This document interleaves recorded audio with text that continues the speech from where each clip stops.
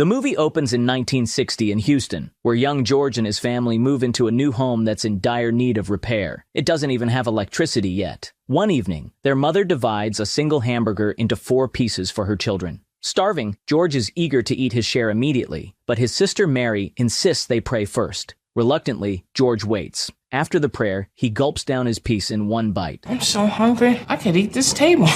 Noticing her brother's lingering hunger, Mary kindly offers him half of her portion, always seeing the best in him. That night, their mother sternly tells George that he cannot afford to be held back another year in school. It would be too hard to catch up. She pleads with him to avoid fights at school. The following day at school, George is met with stares due to his appearance. In class, he attempts to answer a question, but the teacher dismisses him because of his dirty clothes, choosing instead to call on a student with shiny shoes. Jason, take us away. During lunch, George sits alone, devoid of food, while his classmates eat. One of them taunts him for not being able to afford even a piece of bread and begins to treat him like a dog. How about this nasty skin? You want it? Go get it. Enraged, George punches the boy in the face. As the teacher arrives, he runs away. Anger was my answer to everything, and I couldn't stop myself from fighting. It was the only thing I did well. Years later, George and a friend are loitering outside a bar when a drunk man stumbles out. They decide to follow him, planning to rob him, but soon discover the man is a police officer in a sting operation. Surprise, boys. Been busy right here, huh? The police arrive and chase ensues. George escapes by hiding under a house, and the police arrive with a dog. George covers himself in sewage to avoid detection. The disguise works, and the police, along with their dog, fail to find him. On his way home, George notices an advertisement for Job Corps on a TV in a store window. The ad promises free food and drinks to those who have left school. Job Corps offers vocational training to help juveniles secure employment and even pays its students. Excited, George shares the news with his mother, telling her he wants to join. She supports his decision, affirming that he has more potential than he realizes. You want to do this job, Cole? Yes. Then do it right, George. Don't come running back home because you're missing me. Finish what you started this time. A few days later, George arrives at the Job Corps in California. At the entrance, a guard outlines the rules for him. Inside, he immediately clashes with another guy, Desmond, over a bed. It's just a bed, man. In his duffel bag, George finds a new pair of Converse sneakers and a note from his mother. Desmond watches him with envy. George struggles during his electrical class, drawing laughter from other students. He responds with a tough look, clearly used to resolving issues with his strength. The next day, Desmond is listening to music while George tries to study. Frustrated, George unplugs the record player. You have something against music? Maybe I do. Jeez, you always this pissed off? When I'm trying to study. Desmond, sipping from his hip flask, offers George a drink, which he declines. However, during their conversation, they begin to bond. George's mood lifts when Desmond invites him to the chow hall. Now you're talking. Eager to wear the new Converse from his mom, George is disappointed to find them missing. At the chow hall, Desmond advises him to report the theft after they eat. He shares with George that he's the reason there are extra brownies in the cafeteria today. Thanks to his knack for numbers, Desmond got a job in cafeteria. He tweaked the weekly order sheets, swapping out beans for more brownies. And under my new cost-cutting plans, we got a whole lot more brownies. And a whole lot of less gas.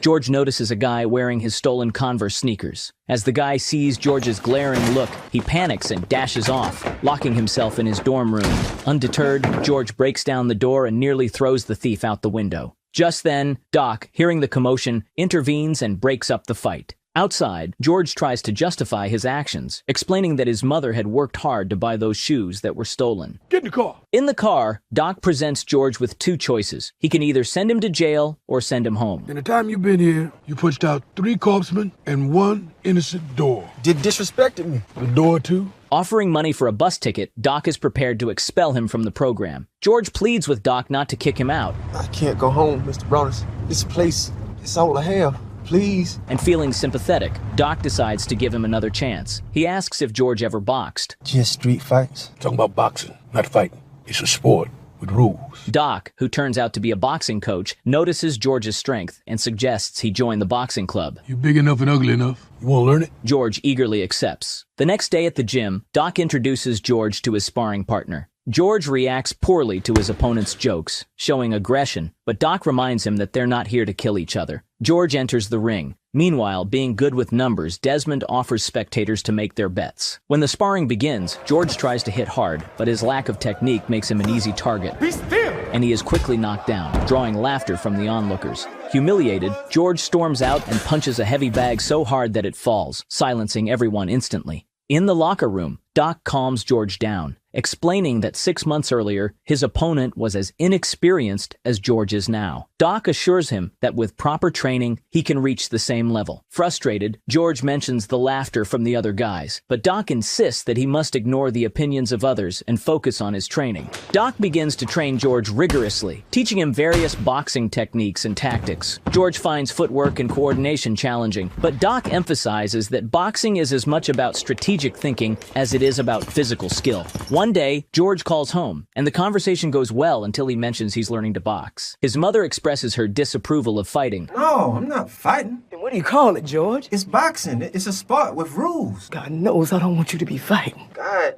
what's God got to do with anything, Mama? But their call is abruptly ended when George runs out of phone credit. Later, George faces the same opponent who previously knocked him down, but this time, the match is dramatically different. Within seconds, George knocks him out, leaving Doc impressed by his rapid improvement. George visits Doc in his office and learns that Doc was once a professional boxer who won his first 24 fights. Then what? Unfortunately, I had to trade one uniform for another. George shows him an article about Joe Frazier from a boxing magazine and declares his ambition to become the world champion. Doc, finding his eagerness endearing, advises him to temper his expectations and explains the extensive training required before competing at a professional level. When George inquires about the next Olympics, Doc informs him that although the Olympics are next year, he won't be ready to compete for another 5 years. 5 years? I'll be an old man. You got a punch like I've never seen. But even if you train harder than any man has ever trained, there is no way that you can make it to the Olympics next year. The scene shifts to the following summer. George, now 19 and having trained for only 1 year, faces a more experienced Soviet boxer. Commentators doubt his chances, but his family watches proudly from home, their eyes glued to the TV. Everyone at the Job Corps rallies behind George, and even his mother, despite her reservations about the violence, joins her children in front of the television. George delivers several decisive blows, winning the gold medal effortlessly. His victory brings mixed emotions for his mother, who struggles with the violence of the sport, while George, ecstatic, hoists the American flag. His siblings watch in awe, hardly believing that their brother has won his first Olympic gold medal at such a young age. The day after his victory, George proudly wears his gold medal as he strolls through his neighborhood. He encounters a former accomplice who criticizes him for raising the American flag after his fight, contrasting it with the significant protest by other black athletes who stood with bowed heads on the podium. He accuses George of disrespecting their cause. Frustrated and hurt, George goes to his mother and vents to her, expressing his exhaustion with being labeled a sellout by those around him. She soothes him.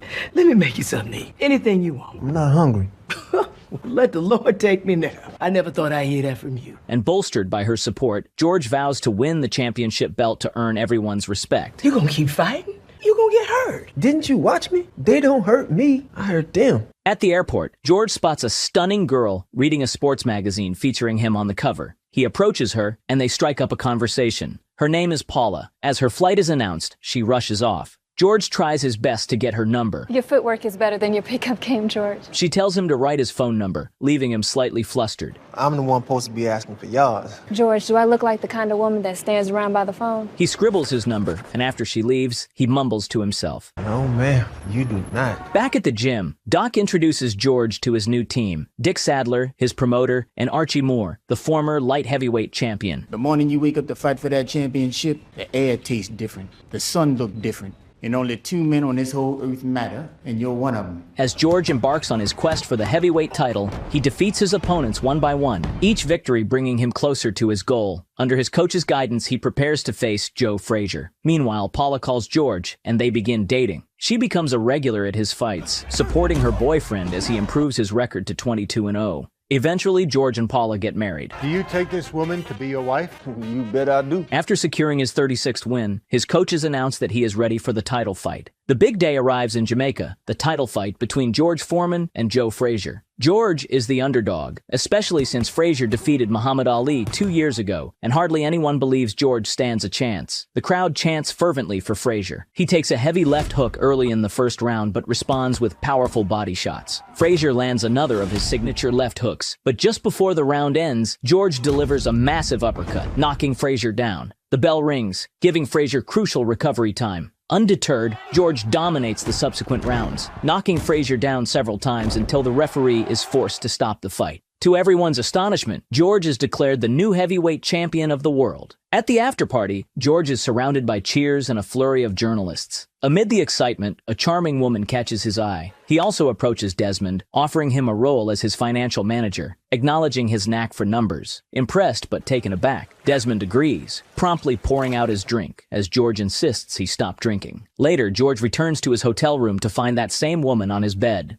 Despite his confusion, he lets her stay, and they share an intimate moment. However, the realization that he has cheated on his wife leaves George feeling deeply uncomfortable. The next morning, George watches an interview where Muhammad Ali mocks him, vowing to throw him back into the ghetto with one punch. George is infuriated by these words. A few months later, George hosts a family gathering at his luxurious mansion. He proudly shows his mother his collection of cars. Each car has its own personality. That's why you need 5 of them? 5. Where do you see my garage? He's delighted to see his daughter, but his interactions with his wife are noticeably distant. Just as they're about to eat, his mother reminds everyone to thank God for the food. God, I bought the food, Mama. During the meal, his sister Mary announces she's expecting a baby, and Desmond shares that he's invested all George's money into rock-solid stocks. Rock-solid stocks. I like the sound of that. Meanwhile, Paula steps away to answer a phone call, only to discover it's one of George's mistresses on the line. She confronts George about it. I was doing just fine before you came along. Oh, so you don't like this life now? I give you everything. I don't want everything. I want you. George can't even look her in the eyes. George then travels to the Democratic Republic of Congo to fight Muhammad Ali. In this country, Ali is revered as a hero, and almost everyone supports him. At the hotel, George encounters Ali entertaining a crowd of celebrities with a stand-up routine mocking George. Float like a butterfly, sting like a bee. His hands can't hit what his eyes can't see. Now you see me, now you don't. George thinks he will, but I know he won't. Claiming that the sports writers will regret underestimating him. When George approaches, the audience anticipates a response. George, we was just talking about a different fighter. But he chooses to walk away in silence, leaving Ali to continue captivating the spectators. Well, if he boxes how he does interviews, it's gonna be a short night. I feel sorry for Ali. Foreman could put him in the morgue. Due to Muhammad Ali's immense popularity in the country, the crowd chants the legendary phrase, Ali Bomaye, which means Ali, kill him. Despite this, commentators speculate that after Foreman's dominating performance against Frazier, Ali seems unlikely to stand a chance. As the fight begins, George takes control, landing several significant punches while Ali attempts to float like a butterfly and sting like a bee. Ali's continuous taunts and mockery only fuel George's anger. That's all you got, George? They told me you was bad, George. Let me see it. Throughout the fight, George aggressively pushes Ali against the ropes, delivering powerful punches. Ali demonstrates his defensive prowess, managing to counterattack periodically. However, George's aggressive style gradually drains his gas tank, visibly tiring him as the rounds progress, while Ali remains relatively fresh. During a break, while Dick and Archie urge George to keep up the pressure, Doc is visibly concerned by the advice, noticing George's increasing fatigue and slower movements. By the 8th round, it's clear that Foreman is exhausted, and Ali begins to dominate. He lands several forceful punches, eventually knocking Foreman down onto the canvas. Ali wins the fight by knockout, marking Foreman's first defeat. The audience erupts in admiration for their hero, Muhammad Ali. After his defeat, George reevaluates his life. Realizing that he had been blinded by his aggressive nature, he decides to make amends. He calls his wife, vowing to never leave her side again. But Paula, feeling detached and hurt, asks him to sign divorce papers instead. Seeking comfort, George visits his mother and confesses that he has dismissed Dick and Archie, blaming them for his loss. His mother supports his decision, offering him solace. Later, in an attempt to prove his strength and regain his pride, George decides to fight 5 boxers in one day. However, the rationale behind this challenge baffles everyone. Doc urges him to abandon this reckless idea before it's too late. During the event, Muhammad Ali joins the commentators. Heavyweight champion and world-class clown Muhammad Ali about to join me at the table. Clown? Howard, don't get hurt now. And as the fight progresses, he captures the crowd's attention, who chant his name. Ali! Ali! Ali! Frustrated and seeking redemption, George challenges Ali to a rematch, sparking an argument between them. Despite the distractions and tensions, George completes his daunting challenge, defeating all 5 fighters and knocking out 3 of them, demonstrating his enduring strength and skill. After the fight, Doc confronts George in the dressing room, questioning what he hoped to gain from fighting 5 opponents in one day. Respect. He advises George to return to fighting opponents one at a time. Their conversation is abruptly interrupted by a message for George. Rushing to the hospital, George learns that his pregnant sister Mary has started bleeding and was urgently hospitalized. Well, you tell them whatever it costs. I'll pay for it. We need the best doctors. We already got the best doctors, George.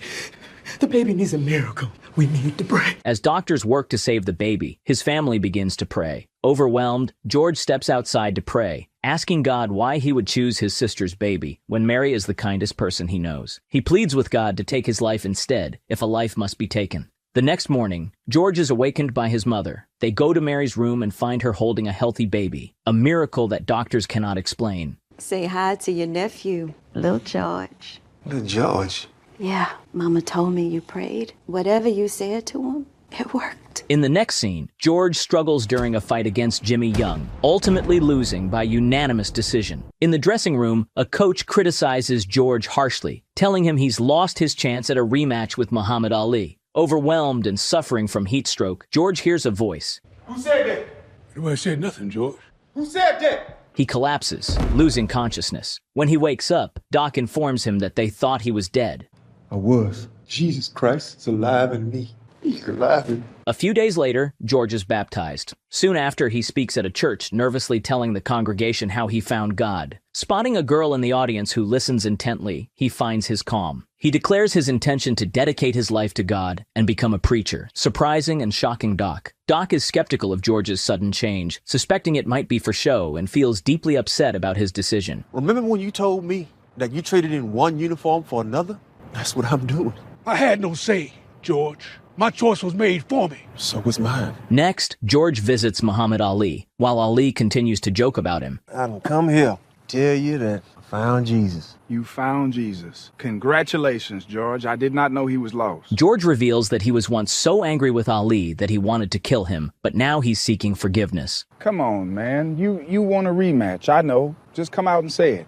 All you got to do is fight Kenny Norton one more time, knock him out. Then I'll give you another shot at the title, and then we'll both get paid, huh? Praise Jesus. George reassures him that it's not a joke, and after a heartfelt conversation, they reconcile and eventually become friends. George then visits his ex-wife and children. He apologizes sincerely for his past behavior, hoping to make amends. During his next visit to the church, he approaches the girl he noticed before and strikes up a conversation. She finds it hard to believe that a former boxer like him could truly transform into a preacher. In response, George takes a microphone and steps outside the church to preach and inspire passersby to follow God. Although some mock him, he remains calm, showing his growth in handling anger. But the Lord changed my life. It wasn't the Lord who changed you. It was Jimmy Young. I seen him beat the hell out of you. The girl watches from a distance, impressed by his sincerity. Later during lunch, she apologizes for doubting him, explaining that his reputation had made her skeptical. Now, seeing his true intentions, she introduces herself as Mary, and they discover a mutual attraction. George drives her to an old, abandoned church, sharing his dream of buying it to establish his own congregation. 7 years later, George's dream has come true. He preaches in his own church, supported by his wife, Mary, and their children. After a service, a woman approaches him with her grandson, asking George to train the boy who has fallen in with a bad crowd. Well, I'd sign up to train with Ali, but not the guy who lost to him. George declines, suggesting they find guidance in the Bible instead. A week later, while playing with his kids at home, George sees a news report that the boy was arrested for committing a crime. He feels a deep regret for not agreeing to train him. George discovers an old building ideal for his plans and instructs his financial manager to purchase it. We see Desmond is still struggling with drinking problems. They renovate the space, and within a few months, the gym is thriving with students. George hires several coaches and even dedicates a section of the gym as the Muhammad Ali study hall. However, a year after opening, during a class, the electricity suddenly goes out. The power company reveals that they have not received any payments. Worse, Desmond is nowhere to be found. Frantic, George visits the bank and learns that Desmond invested all his money in high-risk stocks, which have now tanked, leaving his investment account empty. He put them into solid stocks to set me up for life. No, these were all high-risk gambles. The bank threatens to repossess the property, including his mother's house. Enraged, George got the whole town looking for Desmond. Despite his anger, his mother urges him to forgive Desmond. George eventually finds Desmond in a bar trying to escape. George catches him up and nearly kills him. Realizing what he's doing, George forgives Desmond. To salvage his financial situation, George resorts to starring in a sauce commercial and selling merchandise. Despite these efforts, his wife Mary informs him that they are still far from resolving their financial crisis. As the bank begins to seize his property, George sinks into depression. He dusts off his old boxing gear, trying to reconnect with his past as a boxer. He confides in Mary that he has asked a friend to give the upcoming sermon in his place, feeling he can't preach on living rightly when he's lost everything. He wants to fight again, and Mary is against it. She's afraid his rage can come back. There's only two things I know how to do. That's box and preach. And preaching won't pay the bills. George seeks out Doc, asking him to train him once more. Doc is initially resistant, reminiscing about how heartbroken he was when George quit. He explains when Joe Louis tried to come back, Marciano almost killed him in the ring. Joe Louis tried to start at the top, but we'll start at the bottom. You're old. They'll call us a circus act. But not if we keep winning. However, George manages to reassure him by telling words that his coaches once told him. The air's gonna taste different. The sun, that's gonna look different. And only two men on this whole earth is gonna matter. And we'll be the both of them. Hearing this, Doc's eyes immediately light up. He says George need to lose weight first, and then they can start training. Motivated, George struggles into his old gym clothes. I think my gym clothes shrunk. He begins training with his son. Hey, George, take it easy, man. You're gonna have a heart attack. That's nasty, George.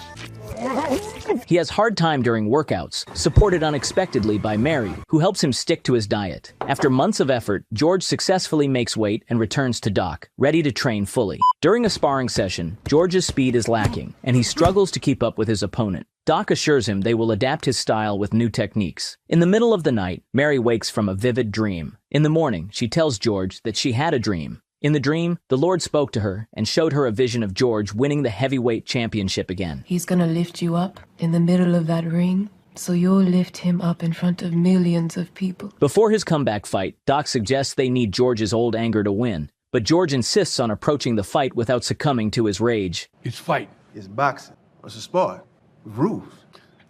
George enters the ring against Steve Zowski, telling Doc that he's scared to take his robe off in front of all these people. Last time they saw me, I looked like Superman. But now you look like the Michelin Man. This ain't no beauty contest. Everyone notices George is overweight. As the fight begins, George acts too calmly, even holding back his anger after getting punched after the bell. In the second round, George begins to dominate, leaving no chance for Zowski. Seeing that his opponent can't fight back, Foreman demands that the referee stop the fight. Stop the fight. Do your job. Come on. News of George's triumphant return spreads, celebrating him as a hero to fat, old, bald guys everywhere, marking a remarkable comeback not just in boxing, but in his personal journey as well. After a remarkable streak of 24 wins, 42-year-old George Foreman faces reigning champion Evander Holyfield in a match billed as the Battle of the Ages. Despite a valiant effort, George loses by unanimous decision. Post-fight, when he visits his bank, all the employees cheer for him. Although he didn't win the match, George is stunned by a payment of $12 million from HBO for the fight.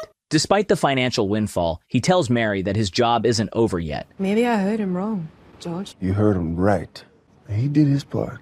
We have to do ours. 3 years later, Michael Moorer defeats Holyfield to win the title, and now George is a contender once again. At 45, no one believes George stands a chance against the 26-year-old Moorer, a powerhouse with 30 wins by knockout and the first Southpaw heavyweight champion. Moorer's undefeated record and formidable prowess make him a daunting opponent. How can you beat that man? As the fight unfolds, Moorer dominates the early rounds, with George barely hanging on. Everyone at his gym, including his mother, roots for him. After the 9th round, his cornermen suggest he should throw in the towel. 9 rounds against the best in the world. There's no shame, son. However, in the 10th round, George lands a devastating right hand, knocking Moorer to the canvas. Against all odds, George Foreman wins the title, becoming the oldest heavyweight champion in history. Thank you.